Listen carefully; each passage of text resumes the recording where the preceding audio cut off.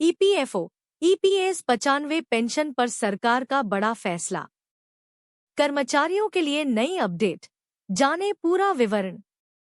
कर्मचारी भविष्य निधि संगठन ईपीएफओ और ईपीएस 95 पेंशन योजना से जुड़े लाखों कर्मचारियों और पेंशन भोगियों के लिए सरकार ने एक बड़ा फैसला लिया है। यह फैसला उन लोगों के लिए बेहद महत्वपूर्ण है जो अपने रिटायरमेंट के बाद आर्थिक सुरक्षा की उम्मीद रखते हैं। ईपीएस 95 पेंशन योजना का उद्देश्य कर्मचारियों को उनके सेवाकाल के बाद एक स्थिर आय प्रदान करना है। हाल ही में सरकार ने इस योजना में कुछ बदलाव किए हैं जो कर्मचारियों और पेंशनर्स दोनों के लिए फायदेमंद साबित हो सकते हैं। इस लेख में हम ईपीएस 95 पेंशन योजना और ईपीएफओ से जुड़े नए अपडेट्स के बारे में विस्तार से चर्चा करेंगे। साथ ही हम यह भी जानेंगे कि यह फैसला कर्मचारियों और पेंशन भोगियों को कैसे प्रभावित करेगा। ईपीएफओ और ईपीएस 95 पेंशन योजना क्या है? कर्मचारी भविष्य निधि संगठन ईपीएफओ भारत सरकार का एक प्रमुख संगठन है जो संगठित क्षेत्र के कर्मचारियों के लिए भविष्य निधि, प्रोविडेंट फंड, पेंशन और बीमा जैसी सेवाएं प्रदान करता है। EPS 95 employees pension scheme 1995 EPFO द्वारा चलाई जाने वाली एक योजना है जिसका उद्देश्य कर्मचारियों को रिटायरमेंट के बाद पेंशन की सुविधा देना है। ईपीएस 95 पेंशन योजना का उद्देश्य कर्मचारियों को रिटायरमेंट के बाद आर्थिक सुरक्षा प्रदान करना। संगठित क्षेत्र में काम करने वाले कर्मचारियों को एक स्थिर मासिक आय देना। कर्मचारियों और उनके परिवारों को वित्तीय सहायता प्रदान करना। ईपीएस 95 पेंशन योजना का संक्षिप्त विवरण। योजना का नाम 95 एम्प्लॉयज पेंशन स्कीम। लॉन्च वर्ष 1995। संचालनकर्ता कर्मचारी भविष्य निधि संगठन ईपीएफओ। लाभार्थी संगठित क्षेत्र के कर्मचारी। पेंशन राशि न्यूनतम 1000 रुपये प्रति माह। योग्यता कम से कम 10 साल की सेवा। योगदान नियोक्ता द्वारा पीएफ योगदान का 8.33%। नया अपडेट उच्चतम वेतन सीमा पर निर्णय। ईपीएस 95 पेंशन पर सरकार का नया फैसला। सरकार ने हाल ही में ईपीएस 95 योजना में कुछ बड़े बदलाव किए हैं।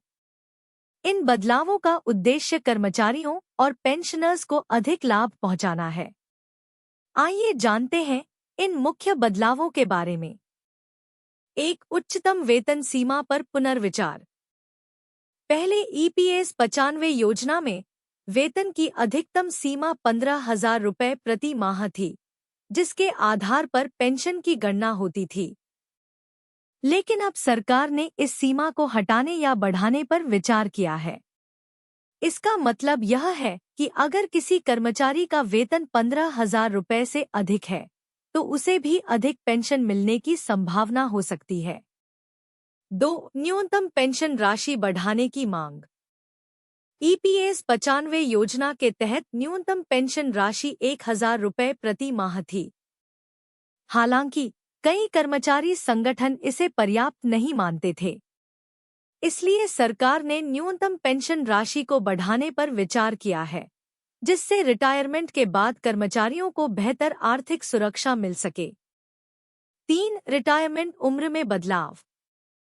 कुछ रिपोर्ट्स के अनुसार सरकार रिटायरमेंट की उम्र में बदलाव करने पर भी विचार कर रही है। इससे कर्मचारियों को लंबे समय तक काम करने और अधिक योगदान देने का मौका मिलेगा। ईपीएस 95 पेंशन योजना के फायदे। यह योजना कर्मचारियों और उनके परिवारों को कई फायदे प्रदान करती है।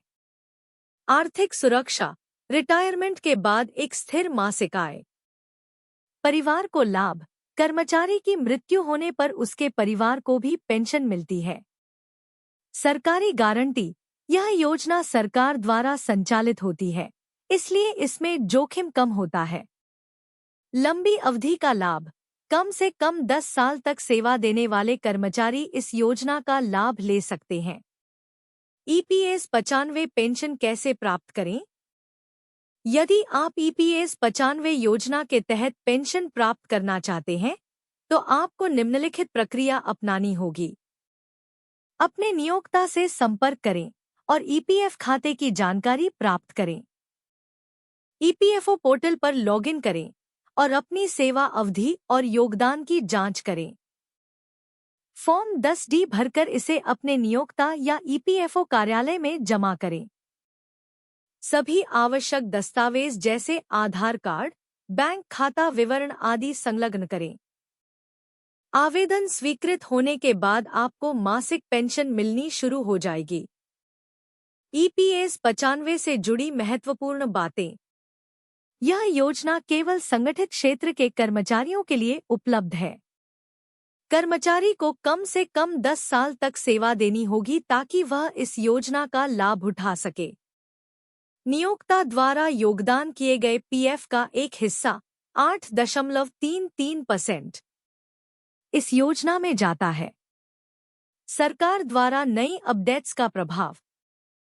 सरकार द्वारा ईपीएस 95 योजना में किए गए बदलावों से निम्नलिखित प्रभाव पड़ सकते हैं। अधिक वेतन पाने वाले कर्मचारियों को अब अधिक पेंशन मिलेगी। न्यूनतम पेंशन राशि बढ़ने से छोटे वेतन वाले कर्मचारी भी लाभान्वित होंगे। रिटायरमेंट उम्र बढ़ने से कर्मचारी लंबे समय तक काम कर सकेंगे और अधिक बचत कर पाएंगे। चुनौतियां और सुझाव। हालांकि ईपीएस 95 योजना बहुत फायदेमंद है, लेकिन इसमें कुछ चुनौतियां भी हैं। न्यूनतम पेंशन राशि अभी भी कई लोगों के लिए अपर्याप्त हो सकती है। सभी नियोक्ता समय पर योगदान नहीं करते हैं, जिससे कर्मचारियों को नुकसान होता है। जागरूकता की कमी। कई कर्मचारी इस योजना के बारे में पूरी जानकारी नहीं रखते। सरकार और ईपीएफओ को चाहिए कि वे इन समस्याओं का समाधान करें और इस योजना को और अधिक प्रभावी बनाएं। डिस्क्लेमर। यह लेख केवल जानकारी देने के उद्देश्य से लिखा गया है। ईपीएस 95 योजना पूरी तरह वास्तविक और सरकारी मान्यता प्राप्त स्कीम है। हालांकि इसमें हालिया अपडेट्स लागू होने में थोड़ा समय लग सकता है। पाठकों से अनुरोध है कि वे किसी भी निर्णय से पहले आधिकारिक स्रोतों या ईपीएफओ कार्यालय से जानकारी प्राप्त करें। इस प्रकार ईपीएस 95 पेंशन योजना भारत के संगठित क्षेत्र के कर्मचारियों के लिए एक महत्वपूर्ण पहल साबित होती है। इसके नए बदलाव इसे और भी उपयोगी बना सकते हैं।